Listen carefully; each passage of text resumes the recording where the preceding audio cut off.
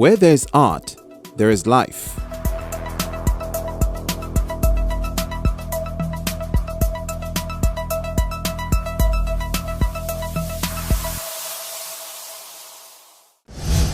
A lot of exhibitions take place in Lagos and Abuja, but other cities are showing that they can hold their own when it comes to art. That's one of the reasons why these two artists began this touring exhibition from Calabar, the Cross River State capital.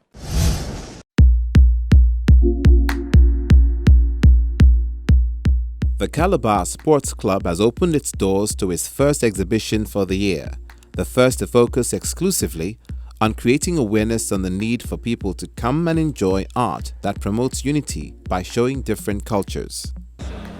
That is a resounding success for so many reasons. One, the artists have been able to exploit the environment as sources of creative materials and media. Secondly, they've been able to forge very effective techniques which manipulate the media. And the techniques are as various as you can imagine, rising from fecund imagination, where you find somebody in a painting you have pasted, painted, cut and pasted, and then a sculpture, which is usually in wood. It's linear configurations. Then you have color coming in, creating other dimensions. It's quite enlightening. We have two artists, one from Sri Lanka and one from Nigeria, and they have tried to create work of art that reflects the current situation of the day. The coronavirus, the lockdowns, the vaccines, the development, and so on. That has been reflected in almost all their artwork. And I understand that they were able to do this during the lockdown. They had enough time to now develop all these pieces of works. And they are really nice.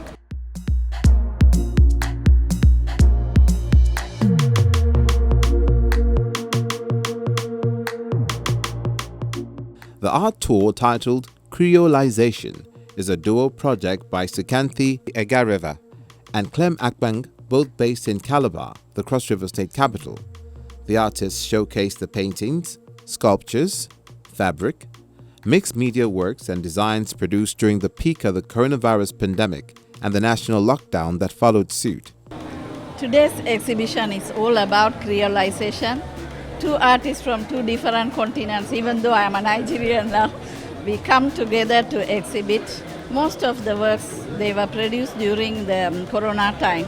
There are some old works too, but most of them were produced during Corona period, and we were during the isolation.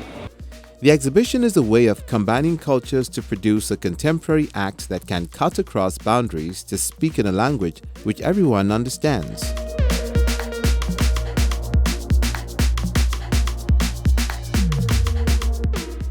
Sukanthi Egareva is an Afro-Asian artist whose images revolve around women.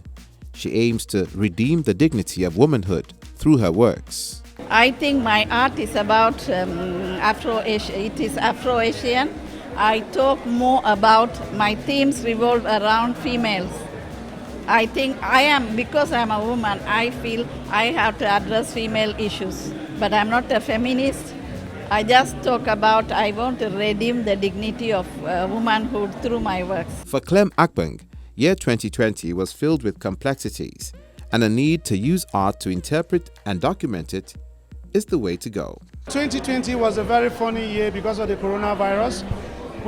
I used the dots to symbolize the coronavirus. You know, the DNA of the disease is red, so I used this red to symbolize that. This one is titled The Year of Blue Diversity. In the West, when you say you're feeling blue, it means you're feeling down, you're feeling downcast. So with the emergence of the coronavirus, the world started feeling blue. That downcast feeling is called blueness. But people felt it in different shades. For some, it was severe, for some, light. Now, with the emergence of the coronavirus, it sent the world into chaos. So this piece represents that complexity of 2020 that people could not explain. So if you see the complex form, it's interesting, it looks interesting, but it has this amalgam of very complex colors to create the whole. So for me, it captures that 2020. For me, those who created the problematic of 2020 is bad governance. And who do we find in government? A lot of display of masculinity, isn't it? But even instead of providing solid understanding of how the world should move, they are providing us with ephemerality. So I use the tissue paper to represent the kind of dividends of democracy we get in Africa. It is not solid. Remember that the whole Africa is waiting for the West to look for the solution for people to survive.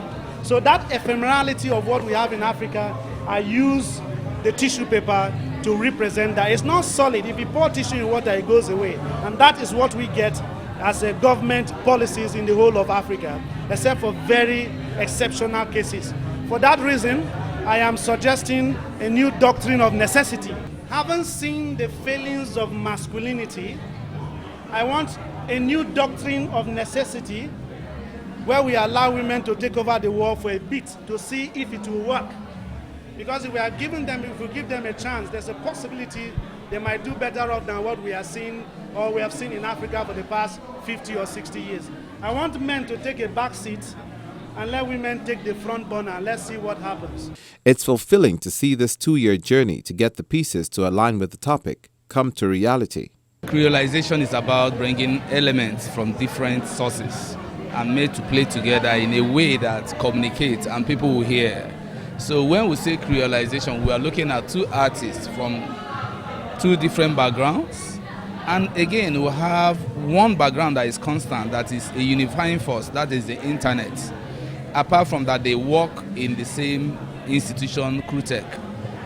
You know, one of them is from Sri Lanka, married to a Nigerian. The other one is from Cross River, you know, schooled in the United Kingdom. So you see, we have influences coming from these diverse backgrounds, and they are bringing it together to say something about our contemporary society in Nigeria.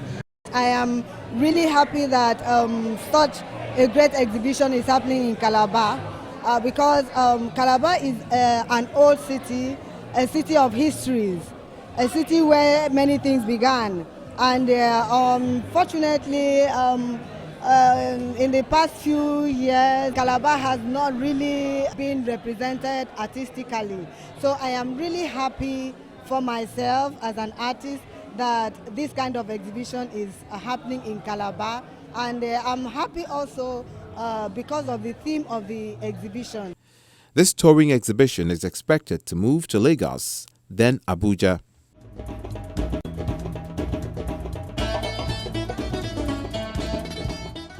Loving the Calabar crowd there. And I get a lot of comments from viewers talking about why we do not show art events taking place in other cities besides Lagos. And I smile because we showed that and even more. Next week on Art House.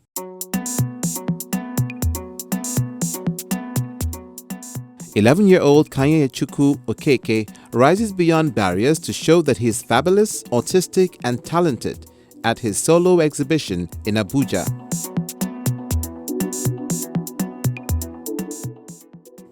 Transcendence is an exhibition by two emerging artists at Thought Pyramid Gallery, Lagos.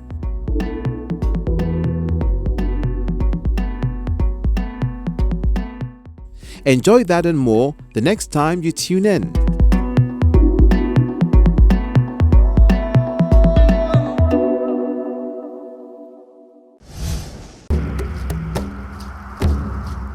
Your Art House experience doesn't have to end when the show is not on television. Interact with us on our various social media platforms. See any edition of Art House on our website or YouTube page. Join our very interactive Facebook page by joining the group on Art House on Channels. We're everywhere.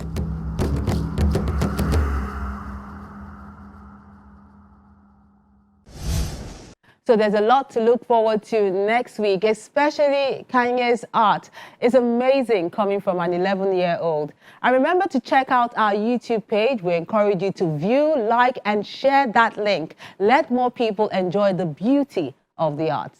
I'm Melinda Akinlami, encouraging you to stay safe and keep being creative.